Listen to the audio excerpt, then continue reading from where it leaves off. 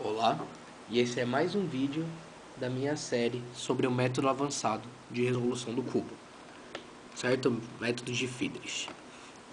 E nesse vídeo eu ensinarei a notação que a gente vai começar a usar no método avançado. No método básico você só tinha os movimentos de camadas externas, então você tinha o R', o', F, e F', o L, o T, o B. A gente só usava esses 6 movimentos. O método avançado não. Ele tem alguns a mais, assim, muitos a mais. E eu vou explicar agora, certo? Como eu vou deixar, né? Eu deixarei para vocês o link lá daquele site para vocês escolherem a fórmula que vocês vão usar. Então, provavelmente você não usará todos, certo?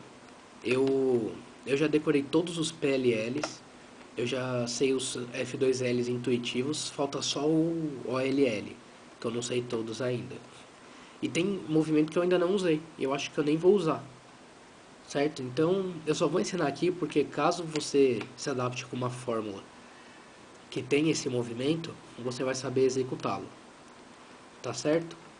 Então o primeiro movimento que eu vou explicar, né, primeira nova notação, são as letras minúsculas que vão aparecer agora. São 9 letras minúsculas. 6 delas vocês já conhecem, que é o U, o D, o R, o L, o F e o B.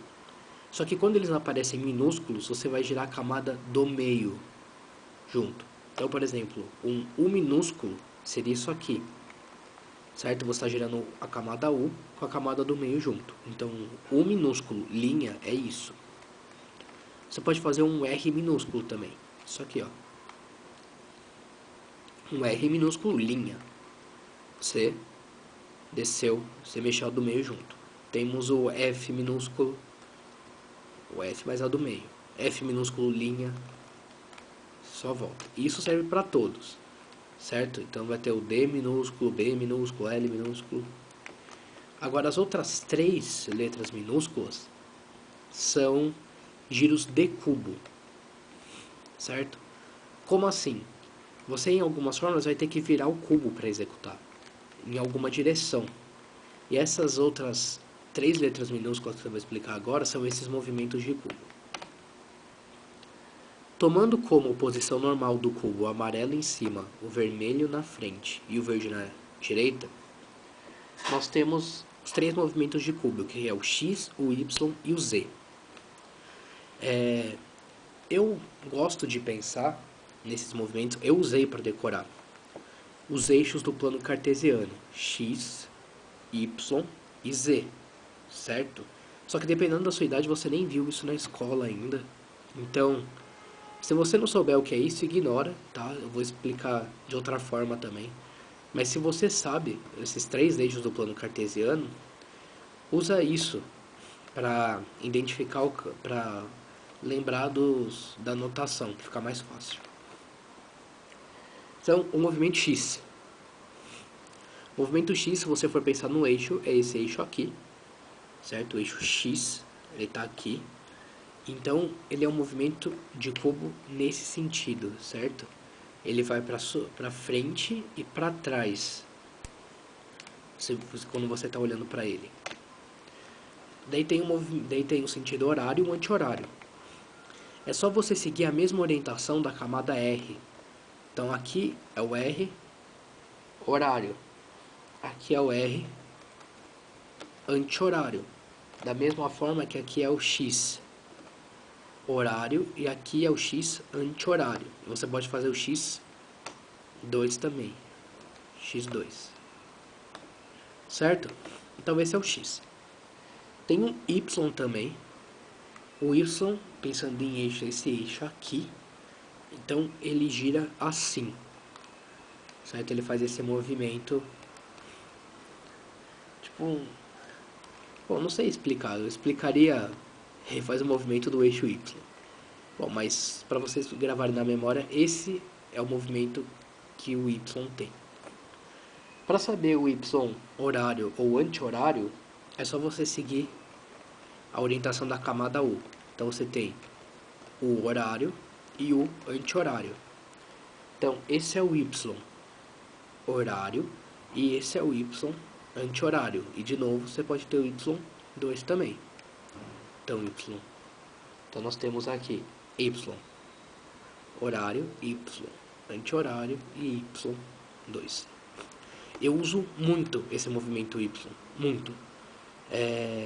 Dos três, que é o X, o Y e o Z e o X eu até uso, mas é pouco.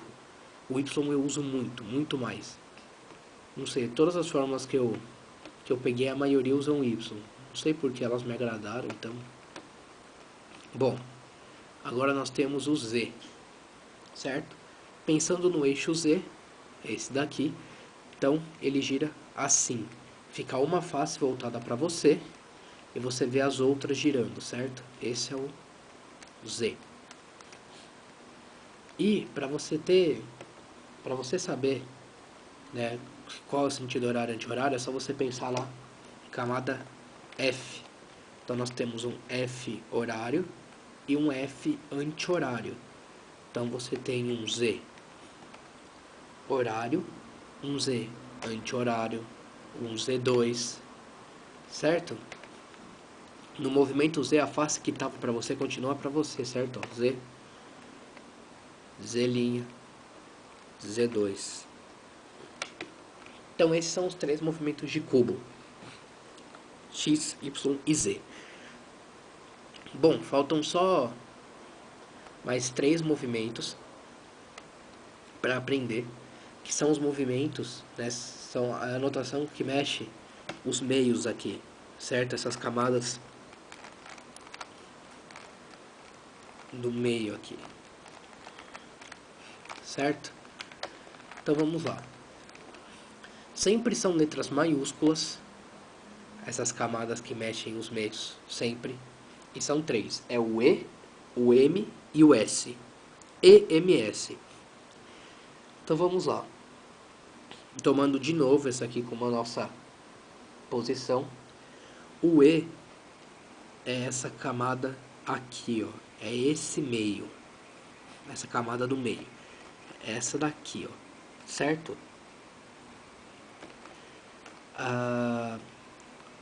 Esse movimento é o E normal. Seria o E no sentido horário. Certo? O E no sentido anti-horário seria esse, né? Aqui, ó. Esse é o E no sentido anti-horário. Ele é contrário à camada U. Quando a camada U é horário, ele é anti-horário, certo? Então a camada U aqui, ó. Nesse sentido, a camada U é horário. Então, o E, nesse mesmo sentido, é anti-horário. Mesma coisa ao contrário. Aqui, o U é anti-horário. E nesse sentido, a camada E é horário. Certo? Nunca usei essa fórmula, esse movimento eu não uso. Nenhuma fórmula que eu saiba, assim, que eu use tem. Eu já vi esse movimento em algumas fórmulas. Aliás, já vi esse movimento em uma fórmula que é mais rápida que a fórmula que eu uso. Só que eu não consigo me acostumar com esse movimento. Ele me incomoda um pouco, então não uso. Eu preferi pegar outra fórmula onde eu tenho mais facilidade de movimento. Um outro, muito importante, eu uso muito, aliás, um monte de fórmula que eu sei tem esse movimento, é o M. O M é essa camada aqui, ó, certo?